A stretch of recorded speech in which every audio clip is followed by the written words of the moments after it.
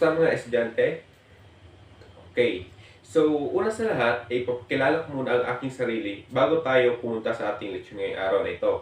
So, ako pala ay si Ginoong Ray Orlan Ingreso. Ako ay 20 taong gulang at ako ay nag-aaral sa Negros Oriental State University, Mabinay Campus. At ako ay kumukuha ng kursong Bachelor of Secondary Education, Major in Filipino or sa Asignaturang Filipino. So, isa nga pala, maaari nyo naman kung tawagin sa pangalang Ginoong Ray. So, nagkakaintindihan pa tayo? Okay, magaling. So, ngayon, pupunta naman tayo sa ating panalangin. So, Merian, pupunta ka sa harapan para pamunuan ating panalangin. Okay? Okay.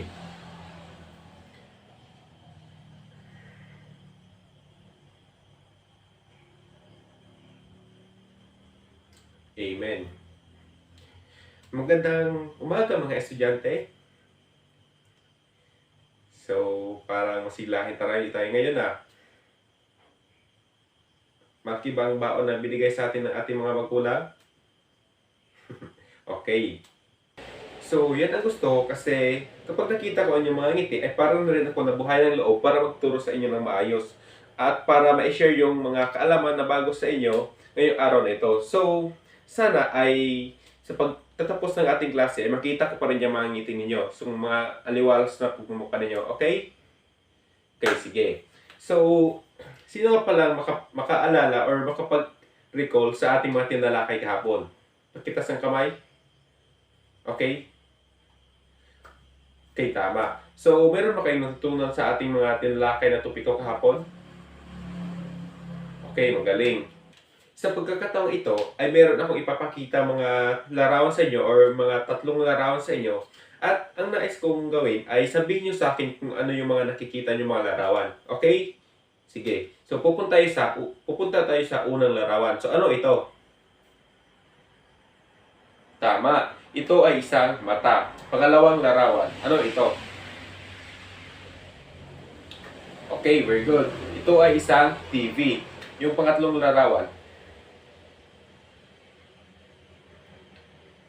Okay, tama. Ito ay isang sinihan. So, ngayon, nais kong isipin ninyo or nais kong i-recall sa inyong mga isipan na kapag kaharap ninyo yung mga bagay na ito, yung TV at sinihan, so ano yung kadalasang ginagawa ninyo? Kayo ay nanonood. Tama. So, basically, ang ating topiko ngayong araw na ito ay tungkol sa panonood. Okay? Sige. Okay. So, pakibasa mo sabay-sabay ang kahulugan ng panonood na nasa ating visual aid. Sige.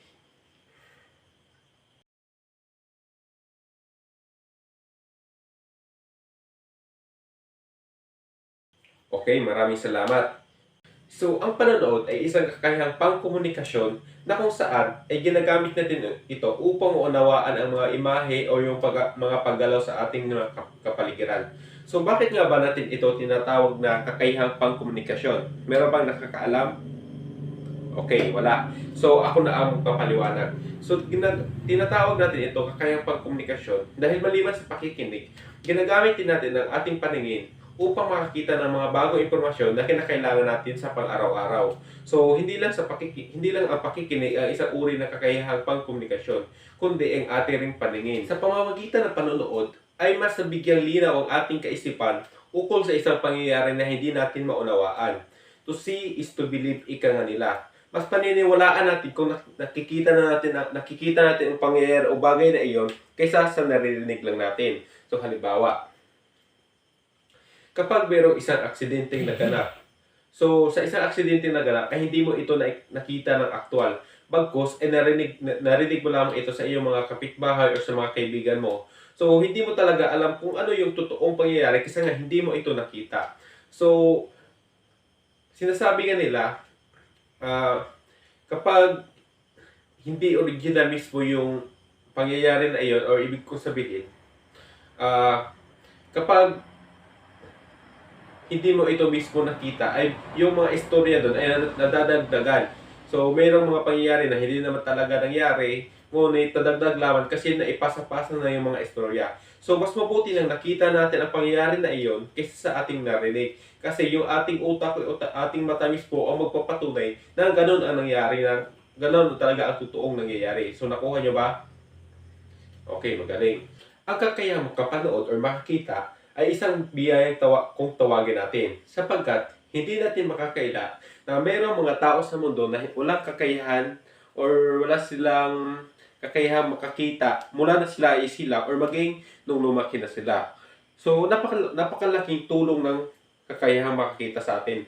Kasi, madalas or kalimitan ay kadalasan natin itong ginagamit natin sa pang-araw-araw nating pamumuhay. Kasi, kapag mayroon kang kapansanan sa iyong mata, hindi ka nakakita, so, ang tingin ng tao sa iyo ay wala ka ring kakayahang mamuhay ng mag-isa lamang. Kasi, hindi mo nga pamilyar yung mga bagay-bagay at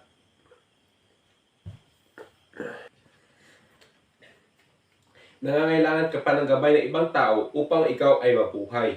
So, ganyan ang kahulugan ng panunood. So, punta naman tayo sa uri ng panunood. So, ang unang uri natin ay ang diskrimatibo. So, ano nga ba ang diskrimatibo na panunood? So, ang diskrimatibo na panunood, isa itong uri ng panunood na kung saan ay kadalasan nating ginagawa ng reaction prejudice or ating mga opinion ang bawat video na ating pinapanood or kahit ng mga imahe. So, kadalasan natin itong binibigyan ng reaction or ng opinion kung ano ba ang nakikita natin dito. So, yan ang ibig sabihin ng diskriminatibo na panonood. Punta naman tayo sa pangalawa. So, ang pangalawang uri naman natin ay ang casual o panlibang. So, ang casual o panlibang na uri ay isa itong uri na panonood na kung saan hindi tayo nakafocus sa ating pinapanood. Kumbaga, kung nakaplay tayo ng video tapos meron tayong ginagawa, ay ginawa lamang natin ito pampalipas oras. Hindi tayo nakafocus sa kung ano man ang pinapalabas sa isang video or sa mga imahe. So, yan ang ibig sabihin ng casual o panlibang. Pangatlo namang uri ay ang komprehensibo. So, ang komprehensibo ay katulad lamang din ito ng casual o panlibang, ngunit ang komprehensibo ay kinukuha talaga yung kabuuang detalye ng pinapanood or kumbaga yung mensahe na nais iparating ng video. So kinukuha nito ang kabuuang detalye, ngunit hindi nito pinanood yung video ng detalye o detalyado. So yung mga importante lamang ang kinuha. Ang panghuli ay ang critical. So itong critical na uri, isa itong uri ng panonood na kung saan inuusisa ang bawat detalye sa isang video dahil meron siyang kukunin mga detalye dito upang kanyang aanalisahin at pag-aralan. So, ang critical na panonood, ito yung pinaka nagbibigay halaga sa kanyang pinapanood. Kasi bawat detalye ng kanyang pinapanood ay kanyang kinukuha. So, yan ang apat na uri ng panonood. So, ngayon naman, kung mayroong apat na uri ng panonood, meron din tayong uri ng manonood. So, ano yung unang manonood? Okay, ito. Ang uri ng manonood natin ay ang eager viewer. So, ano nga ba ang eager viewer? So, ang eager viewer na uri ng manonood, isa itong uri ng manonood na kung saan pinapanood niya nga yung video, ngunit hindi niya naman ito naintindihan. So, kung mayroong katanungan na binabato sa kanya, tango lang siya ng tango at tawa lang ng tawa kasi hindi niya nga ito naintindihan. So, meron na ba kayong kakilala na ganong uri na manonood, yung eager viewer? Okay. So, meron talagang taong gano'n, no? Nanood nga siya ng isang video, ngunit hindi niya naman ito naintindihan. So, pangalawang uri. Ito ay yung sleeper. Yung sleeper na uri, ay isa itong uri ng manonood na kung saan wala talagang planong manood ng video.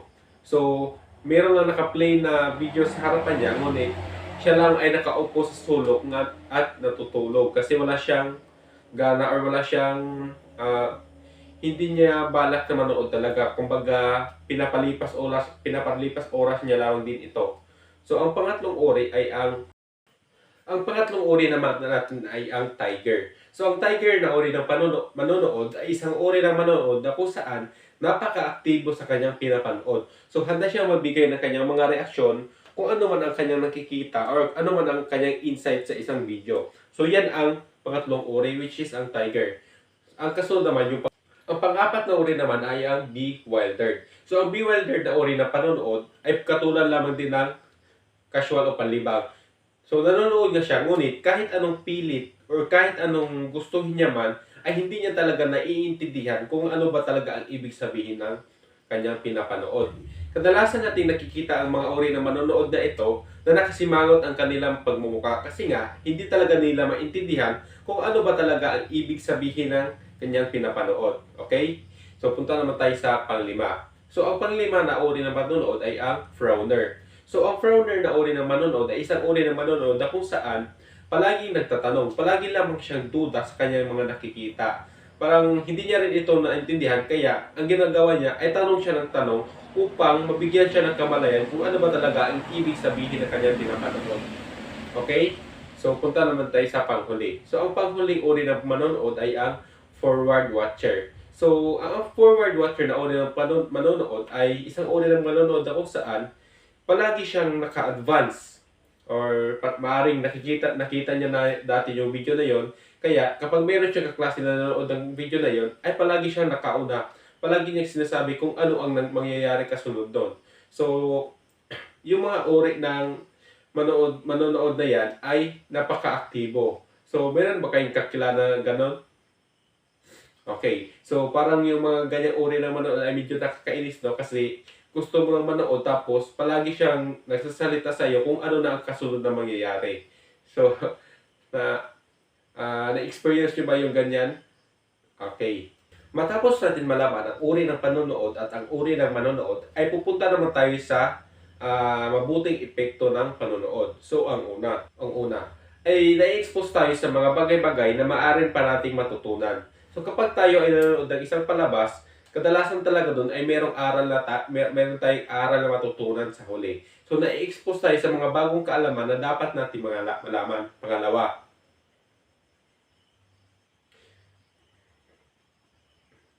nagbibigay update ito sa atin. So kapag tayo ay manonood, ay meron tayong mga bagong kaalaman dahil doon tayo ay magiging updated kung ano man talaga ang mga nangyayari. Halimbawa, kapag tayo ay nanonood ng television. So sa isang television, meron doon mga balita, so tayo ay magiging updated kung ano na ba ang kalagayan ng ating panahon, kung ano ang dapat nating gawin sa mga panahong iyon. So ang kasunod, kapag tayo ay isang mahiyaing tao tapos ayaw nating makipag-komunikasyon sa iba, makipag-halubilo sa iba, ay kadalasan lamang natin ginagawang libangan ang panonood ng mga bagay-bagay o yung mga gadgets.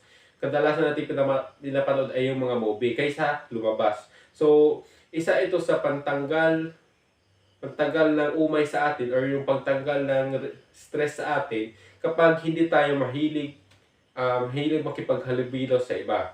So, kung mayroong mabuting epekto ang panonood, meron din itong masamang epekto. So, ang una ay ang paglabo ng paningin. So, kadalasan epekto nito ay ang paglabo ng paningin sapagkat yung yung ilaw na nilalabas ng cellphone ay meron itong tinatawag natin na infrared rays. Yung infrared rays ay isa itong nakakasira sa ating mata. Kaya sa kadahilan magiging itong ang resulta nito ay magiging malabo ang ating paningin sa panood natin ng video. Pangalawa,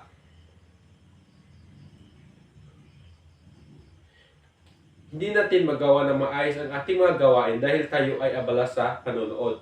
So kapag meron tayong video na natitipuhang panoorin, ay nakapokus lamang ang ating atensyon doon at nakakalimutan natin gumawa ng ating mga gawaing bahay. So isa ito sa maaring gayahin ng mga kabataan ang kanilang mga napanood. So, isa ito sa pinakamasamang epekto ng panonood na kung saan ginagaya ng mga kabataan ang kanilang mga nakikita. So, halimbawa na lamang, si Spider-Man. So, dahil si Spider-Man ay meron kakayahang gumamit ng kanyang kamay na makapag-produce ng isang sapot para siya ay makalipad. So, yung mga bata, dahil iniidolo nila si Spider-Man, ginagaya nila ito. Kaya ang nangyayari, tumatalo-talo sila sa mga kama nila or basta tumatalo sila sa mga matataas na mga lugar. So, ang nangyayari ay nagkakaresulta ito sa pagkabali-bali ng kanilang mga buto kasi ginagaya nila yung mga superheroes na hindi naman talaga totoo or fictional lamang. So ginagaya nila ito kaya nagiging masamang epekto ang panonood. At isa pa, yung pag-iinom ng alak. Kaya natutunan ng mga ibang kabataan na uminom ng isang alak kasi nakabase lamang din sila sa kanilang mga pinapanood. Kung ano ang kanilang mga nakikita nung bata pa sila ay isa itong tama. Kung ano ang nakikita nila ay magiging tama ito sa kanila. Kasi nga, sila ay bata. Wala pa silang kakayahang makapag-isip na maayos. Okay, nakuha nyo ba? Kung nakuha nyo na, ay meron ako mga katanungan na ibibigay sa inyo at nais kong tatayo kayo kapag kayo ay sasagot. Okay? So, Roger, pakitayo please.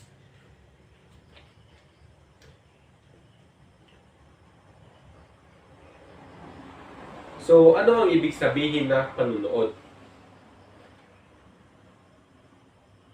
Okay, tama. Sige, maaari ka na umupo. Mary Ann, pakitayo please.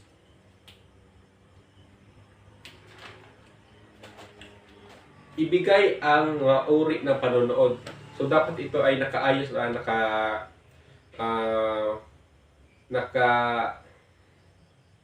dapat nakaayos talaga yung pagkakasunod-sunod ito. Dapat wasto yung pagkakasunod. So, ano yung mga uri ng panonood? Okay, tama. Maaari ka na umupo, Miriam. Okay, Joy, pakitayo please. So, kung meron tayong uri ng panonood, ano naman yung mga uri ng manonood?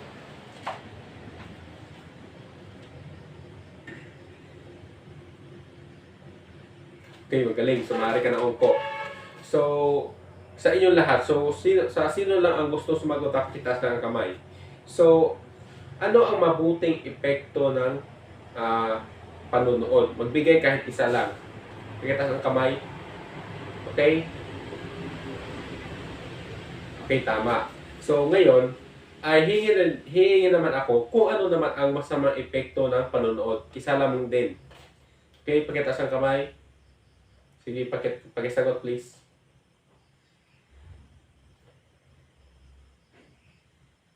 Okay, tama.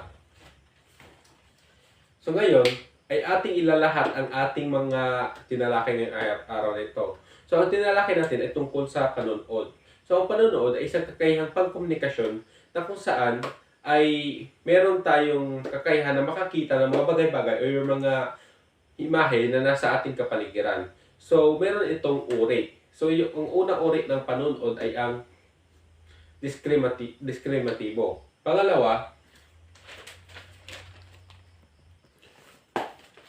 casual o panlibang. Pangatlo, komprehensibo. Pang-apat, critical.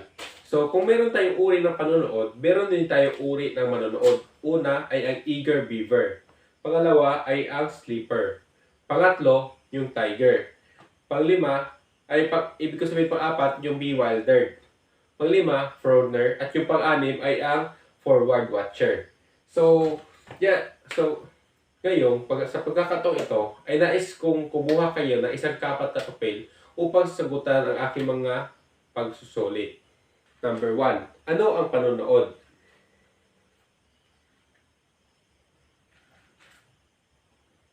Two to 5. Ibigay ang mga uri ng panonood.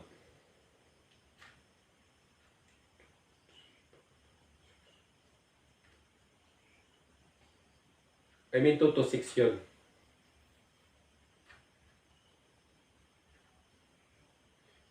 7 to 11.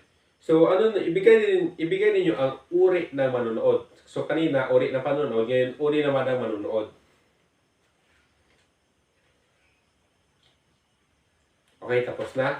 So, ngayon, nais kong magbigay kayo ng isang essay kung ano ba ang sagot niyo kung sang-ayon ba kayo na mas maraming mabuting epekto ang panonood kaysa masama. Kung maraming mabuting epekto, ay ilagay nyo ito kung bakit maraming mabuting epekto ito. Kung masama naman, ay ganoon din. Ipaliwanag nyo kung bakit maraming masamang epekto ang panonood. Okay? So, magsulat kayo ng isang essay na hindi kumulang sa 100 words each. Okay? So, bibigyan ko kayo ng 10 minuto para sagutin yan. Okay, pakipasa ninyo yung mga papel sa harapan.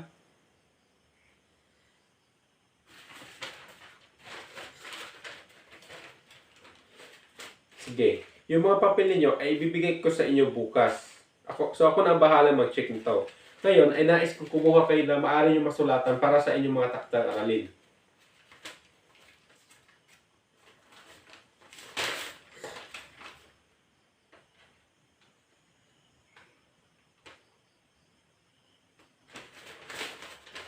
So, isulat nyo ito. So, magsaliksik kayo tungkol sa sa mga uri ng panghalik. So, isulat nyo ito sa inyong mga activity notebook, okay? Sige. Paalam mga estudyante.